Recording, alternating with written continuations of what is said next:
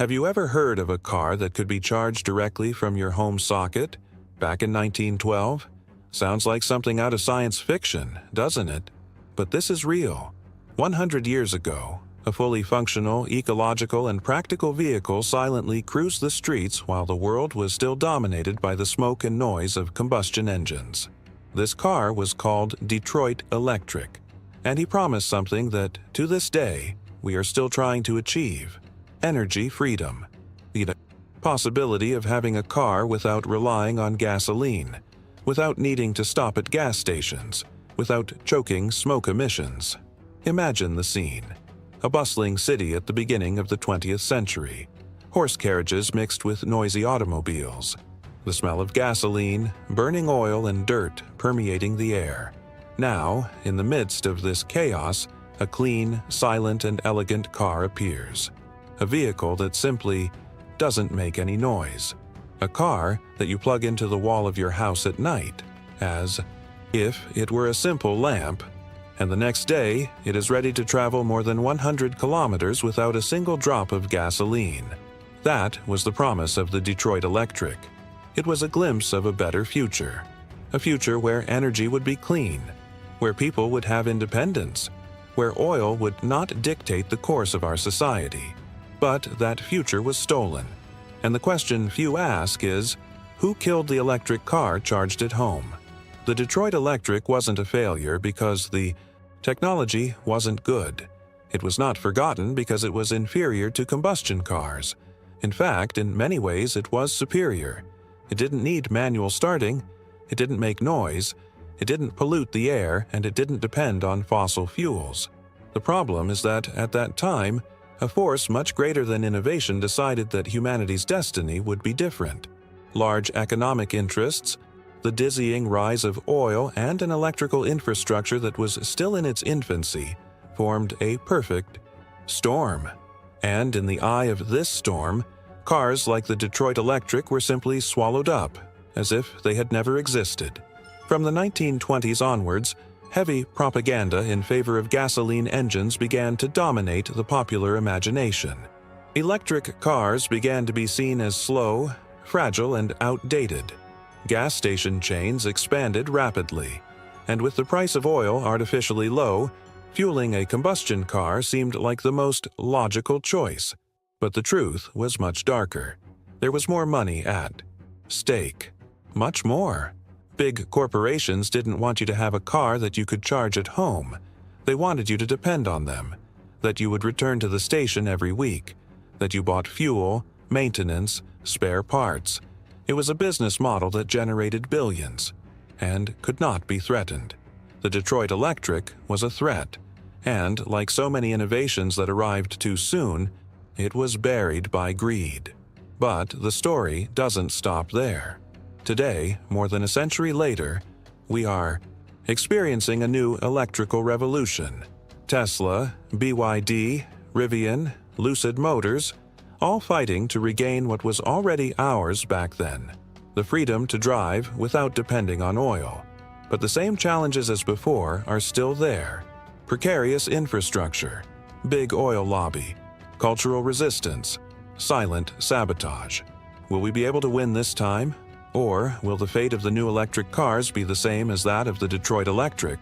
Stay with me until the end of this video, because what I'm going to show you could completely change the way you see the past, the present, and the future of electric vehicles. The story of the car that could be charged at home and still failed begins now. Have you ever wondered why a technology that seemed so revolutionary was simply forgotten? Why did a car that could be charged at home, at a time when even electricity was a luxury for many, disappear from the streets as if it had never existed? Today, I promise you a journey that goes far beyond the history of Detroit Electric. I'll show you how invisible forces shaped the destiny of mobility and why, more than a century later, we still struggle to break those chains. The Detroit Electric did not fail for lack of quality. On the contrary, it was reliable, silent, and adapted to the needs of the time. It didn't need dangerous cranks to start, it didn't release choking fumes, and perhaps most impressively, It provided enough range for everyday demands without a single drop of gasoline. It was an elegant solution, designed for a world that seemed on the verge of transformation. But somehow, this transformation never happened. And today, as we revisit this story, we need to understand that this was not a technology error, but rather choices made behind the scenes, away from the public eye. If you stick with me until the end, you'll find out who was really behind the collapse of the first generation of electric cars. You will understand why, even with superior technology, the combustion engine was promoted as the only viable option. You will see that the battle between electricity and combustion was not decided in workshops or laboratories, but at meeting tables where financial interest shouted louder than any dream of a sustainable future. More than a story about the past, this is an urgent lesson for the present. Because believe me, the thing that destroyed the Detroit Electric is still alive today. The strategies have changed their face, but the essence is the same. Today, we see a new renaissance of electric cars, but facing frighteningly familiar obstacles: infrastructure difficulties, massive misinformation, manipulation of public opinion, and billionaire lobbies acting silently to protect their empires. If there's one thing history teaches us, it's that technological progress never happens just because it's better. Progress needs to win invisible battles. It needs to challenge those who have a lot to lose. At the beginning of the 20th century, oil owners quickly understood this. They saw in the Detroit Electric not just a car, but a symbol of threat. An automobile that you could charge at home was the nightmare of the business model they were building. A world where drivers didn't depend on gas stations would be a less profitable, less controllable world. Their solution was simple and brutal: investing heavily in the expansion of a fossil fuel network, pushing the narrative that gasoline engines were the inevitable future, building a culture where speed, power, and the smell of gasoline became symbols of freedom. Advertising did its job: films, campaigns, slogans. Meanwhile, electric cars, despite their merits, were labeled as women's cars, fragile cars, cars for those who didn't really know how to drive. The Detroit Electric, with all its efficiency, was defeated not on the road, but in the popular imagination. Not because it was worse, but because it was convenient for him to disappear. And this story, as much as it may seem like a thing of the past, resonates directly with the present. If today Tesla faces resistance, if we still discuss the viability of electric vehicles, if the charging network is slow to expand, it is because the same forces continue to act, just adapted to the new times. Therefore, I ask you, stay with me until the end, because I will open historical documents that show that the disappearance of the first electric cars was not an accident, nor a natural consequence of the market. It was a conscious strategy. I will show how oil interests, traditional automobile industries, and financial sectors came together to stifle an innovation that threatened the entire economic ecosystem based on the unbridled consumption of fossil fuels, and more. I'll show you how today history tries to repeat itself, but in an even more sophisticated way. I'm going to talk about disinformation campaigns financed by large corporations, the legislative pressure to slow down incentives for electric vehicles, the manipulation of data on sustainability and environmental impact. None of this is random. None of this is new. It's just the same war, fought on a different battlefield. If you think the electric revolution is inevitable, maybe this video will make you think twice. Because technology alone does not win. What defines the future is the clash between innovation and established interest. And that battle is still being fought right now as you watch this video. By knowing the history of the Detroit Electric, you will gain something much more valuable than just historical knowledge. You will gain critical awareness to see what is behind the news, political speeches, and market decisions. You will understand that the future of electric cars is not guaranteed. He needs to be conquered. It needs to be protected. Because if we don't learn from the past, we run the risk of seeing it repeat itself, once again, without us. At the end of this video, you will have the missing pieces to put together the puzzle. You will see how decisions made more than 100 years ago still resonate with the choices we make today. And above all, you will understand that each electric car sold today is more than a purchase. It is an act of resistance against a system that, from the beginning, tried to convince us that dependence, pollution, and combustion were the only possible paths. The failure of the Detroit Electric was not the failure of technology. It was the triumph of fear, financial interest, and cultural manipulation. And knowing this is essential so that this time, the story can be different. Stay with me, because what we uncover together could change the way you see history and the future itself. Close your eyes for a moment and imagine the streets of a big city in 1912. Noisy motor cars, horse carriages mixed in with traffic, thick clouds of smoke permeating the air, children playing on the sidewalks while traders shout to sell their wares. It's a rapidly changing world, where technology is beginning to change people's lives, but it still carries the weight of the past. In the midst of this hectic scenario, a novelty appears that seems to come out of a futuristic dream. A car that moves without noise, without exhaling smoke, that glides through the streets like an elegant ghost. It was the Detroit Electric, a vehicle that seemed to defy the laws of the time. While combustion cars required brute force to start, with a dangerous crank that could break bones if used. Incorrectly, the Detroit Electric simply worked. You entered, turned a key, and it started moving. Silent, efficient, like a magic machine. No choking, no smell of burnt oil, no deafening noise. The first time someone saw a Detroit Electric driving on the streets, the reaction was always the same: amazement. It was as if someone had brought a technology from the future and planted it right in the middle of the dust and noise of the early 20th century. Doctors, lawyers, progressive, businessmen, everyone who could afford innovation was enchanted by that almost mystical car. For women of the time, who were often discouraged from driving, the Detroit Electric offered unprecedented freedom. There was no need to exert force, no need to get grease on your hands. All you had to do was turn the key, accelerate, and feel the freedom that only mobility can offer. And there was still the almost magical ritual of charging the car at home. Yes, charge at home. All you had to do was pull a wire, plug it into the socket, and wait. A practice so simple and natural that, looking at it with modern eyes, it seems unbelievable that it existed before most homes had reliable electricity. For those who could afford it, the Detroit Electric was not just a means of transportation. It was an affirmation that the future was already there, within reach. But what few knew was that behind that glimpse of a bright future, heavy clouds were beginning to form. Because not everyone saw the rise of electric cars favorably. There were interests, much larger interests than most people could imagine, that were beginning to feel threatened by this new technology. Oil, at that time, was already becoming the lifeblood of the new industrial economy.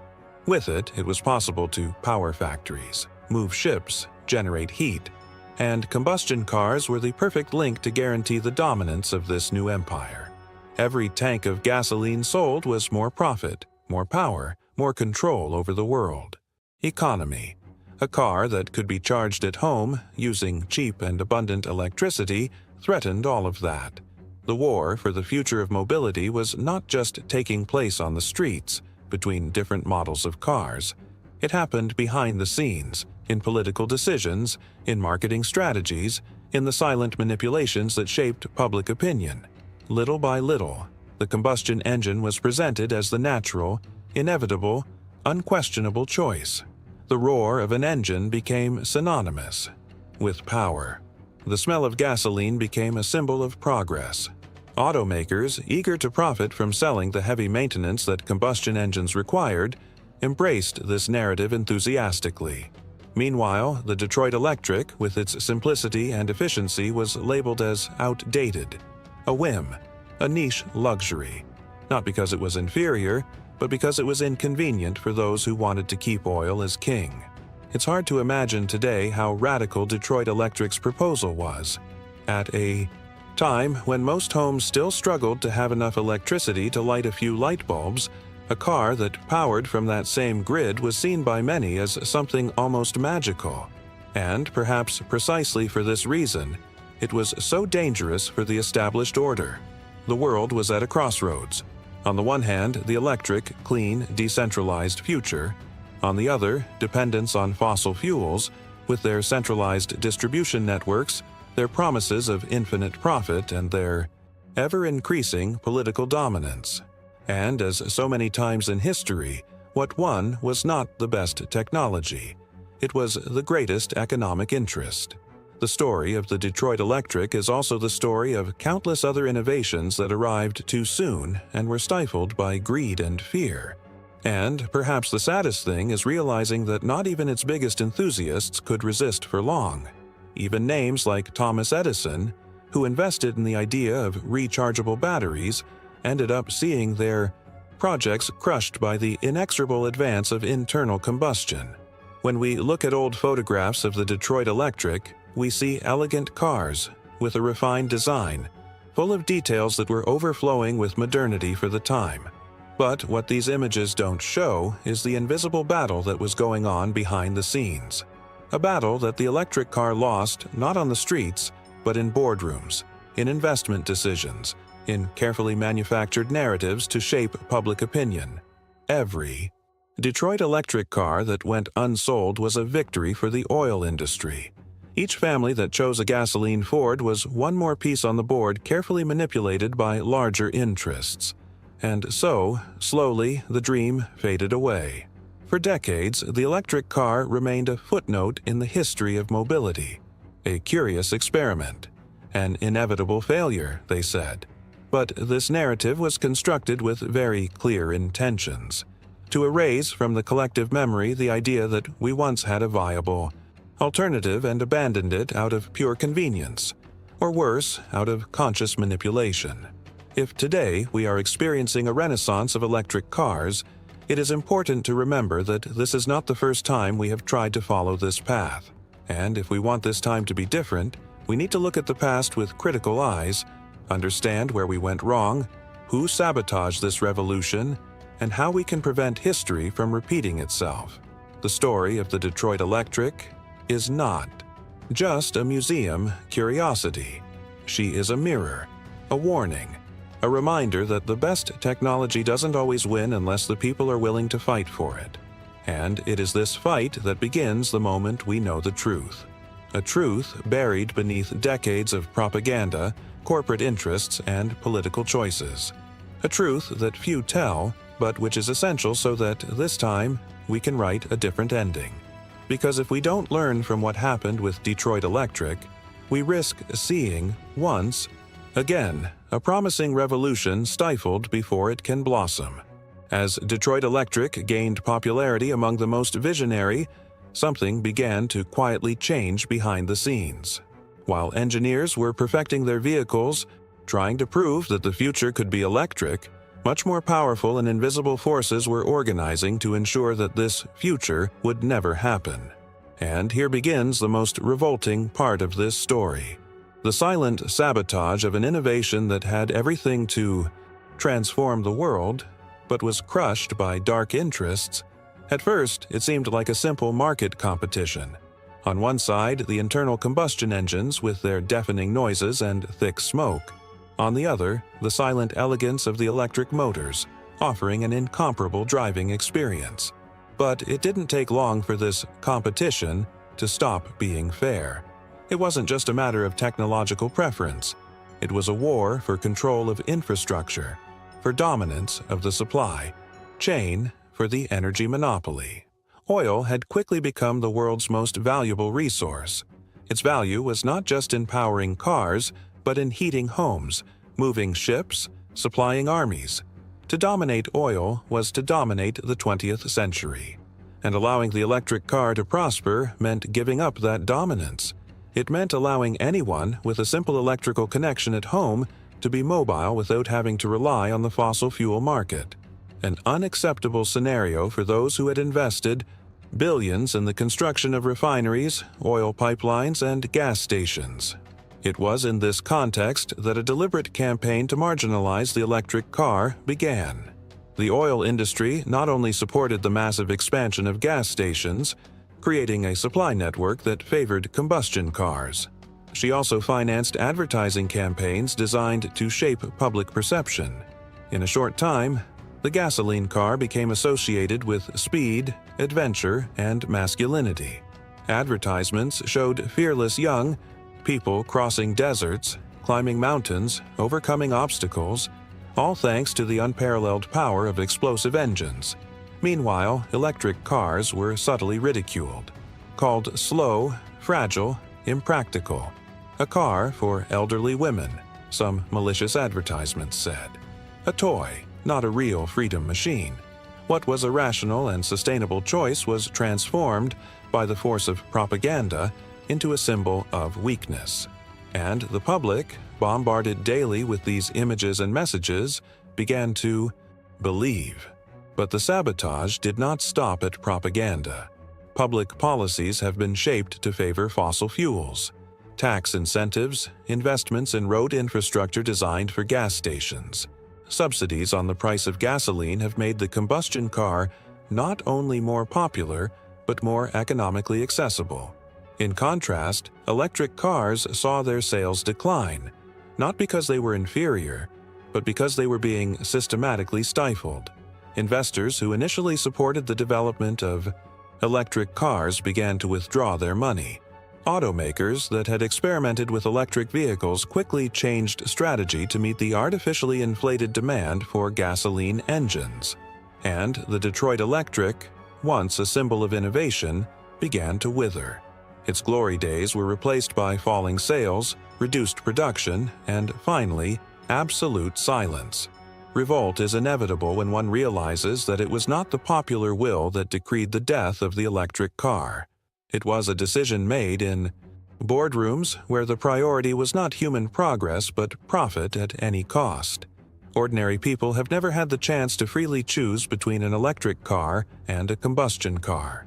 Your options were shaped, manipulated, restricted, until there was only one apparent path left. And the final blow came with the First World War, which consolidated oil as a global strategic resource. The need for fuel for tanks, planes, and military ships further reinforced dependence on oil. After that, the fate of the electric car was sealed, and Detroit Electric became a ghost, a nagging reminder that we could have gone another way. It is impossible to look at this story without feeling outraged. Outrage upon realizing that a technology that could have changed the course of history was sacrificed on the altar of immediate profit. Outrage at seeing how freedom of choice was suppressed, how the truth was distorted, how the future was sold in exchange for barrels of oil. And perhaps the most revolting thing of all is the realization that this sabotage is not just a chapter buried in the past. It continues to live in different but equally pernicious ways. Today, the forces resisting the transition to electric vehicles are as powerful as they were a century ago. Oil companies, traditional automakers, lobby groups spend billions to slow electric adoption, spreading misinformation, pressuring governments, shaping the public narrative. The story of the Detroit Electric is a brutal wake-up call. It teaches us that the best product does not always win, that progress is not inevitable, that innovation needs to be protected, defended, fought for, because when powerful interests feel threatened, they do not hesitate to destroy whatever is necessary to maintain their dominance. Upon learning this story, we feel legitimate anger, but also responsibility. The responsibility not to passively accept official versions, to question dominant narratives, to see beyond propaganda. The responsibility, this time, not to let the future be bought and silenced once again. The Detroit Electric is more than a forgotten car. He is a symbol, a grim reminder that we don't always take the smartest, cleanest, or fairest path. We often follow the most profitable path for a few.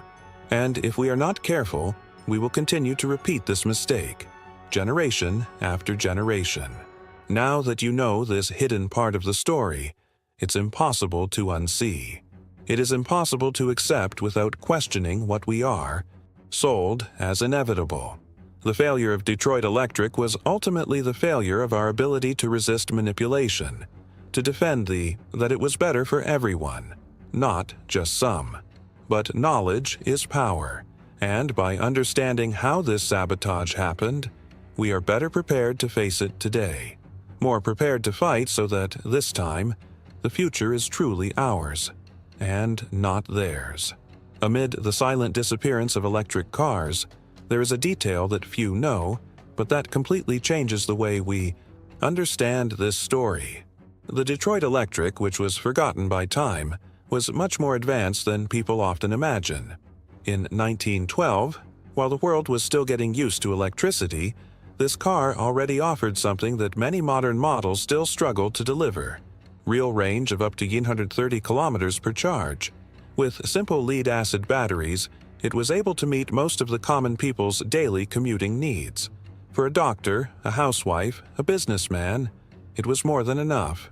And, two, think that this happened at a time when the streets were still made of dirt and residential electrification was limited makes it all even more impressive. The Detroit Electric proved that electric mobility wasn't just a distant possibility.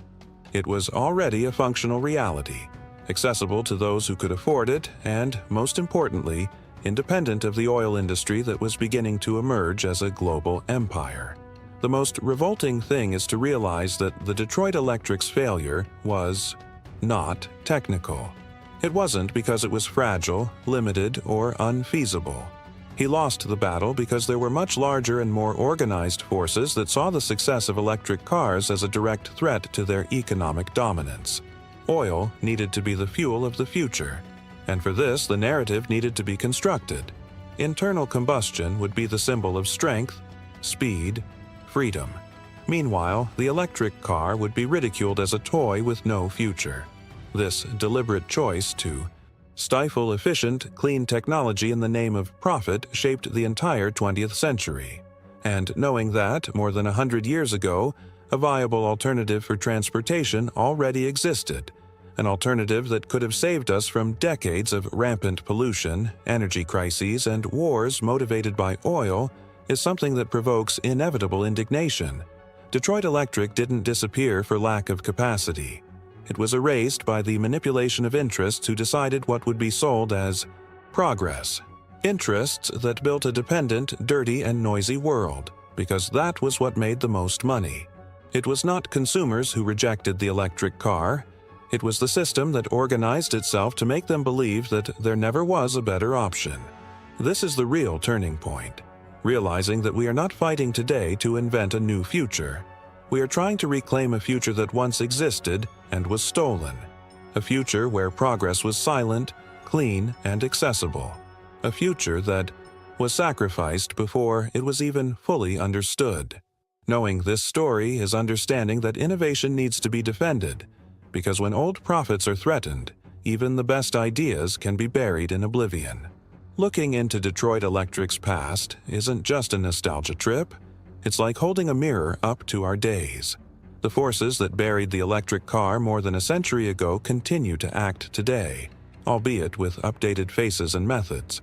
We still live in a world where energy freedom is uncomfortable, where consumer independence represents a threat to industry giants, where what could be a revolution is systematically delayed.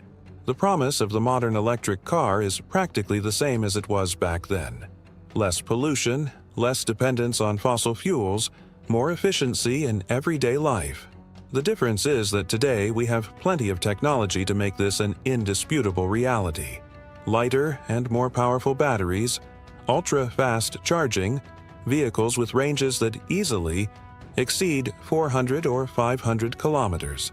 And even so, obstacles continue to appear in the way, as if destiny were being manipulated to repeat the mistake of the past. Infrastructure problems are still used as an excuse, just as they were at the beginning of the 20th century. The installation of charging stations evolves slowly, especially outside large urban centers. The production of electric vehicles is still concentrated in a few markets, and in many regions, access to them is restricted by high prices. or lack of public incentives. Meanwhile, disinformation campaigns continue to sow doubts about the real sustainability of electric vehicles, questioning the production of batteries, the origin of electrical energy, and even the durability of cars, even when the data shows clear and consistent advances. The resistance of large traditional automakers also echoes the past. For decades, these companies have fueled dependence on the combustion engine. And now, despite announcing large investments in electric vehicles, many still act with calculated caution, trying to delay the transition as long as possible. They know that change means restructuring entire factories, rethinking supply chains, giving up profit margins associated with maintaining gasoline engines, where gains were guaranteed. On the other side of the equation, the oil giants are not standing still. Many diversify their investments, but still actively resist the advancement of electric mobility. Powerful lobbies continue to act behind the scenes to influence public policy, trying to slow the electrification of transportation. History repeats itself, no longer in the dusty streets of 1912, but in the silent halls of parliaments and in the subtle decisions that shape tax incentives and environmental regulations. And the final irony is that, just like in the past, the technology is already here. The obstacles are not technical. They are cultural, economic, political. They are created by interests that fear losing. Control. That fear losing the ability to dictate what we should consume and how we should move. The history of Detroit Electric teaches us that the best technology is not enough to win. She needs to be defended. It needs a conscious society, willing to question narratives, to demand changes, to support innovations that bring real progress. We need to remember that the future is built not just in factories and laboratories, but in the choices we make every day, in the voices we raise, in the paths we decide to support. Because if we don't learn from what happened, the future we desire could be pushed back into a dead end. And perhaps, 100 years from now, others will be looking at us with the same frustration and the same question we ask ourselves now. How could we let this happen again? Looking back, it is impossible not to feel a mixture of indignation and hope. Outrage that we allowed such a promising innovation to be stifled. Hope, because now we have the chance to do things differently. The story of the Detroit Electric is more than a lesson in forgotten technology. It's a warning about the power of narratives, about who really dictates what we call progress. And this story isn't over yet. Every electric car sold today, every charging station installed, every mind that opens to cleaner alternatives is a small revenge against a system that tried to imprison us in the past. But what few know is that Detroit Electric was not the only one. Other attempts emerged throughout the century, each facing its own ghosts, its own hidden obstacles. And if you found this story surprising, get ready. In the next video, we'll dive into one of the most audacious attempts to revive the electric car, an even more dramatic story, full of betrayals, conspiracies, and broken promises. A story that shows that even decades later, the fight to free mobility from dependence on oil was still far from won. If you want to understand how the same forces that buried Detroit, electric almost managed to crush another major electrical project in the 20th century, don't miss the next episode. Because the truth we are going to reveal could change the way you see not only the automotive industry, but the concept of progress itself. And believe me, you will never look at an electric car the same way again.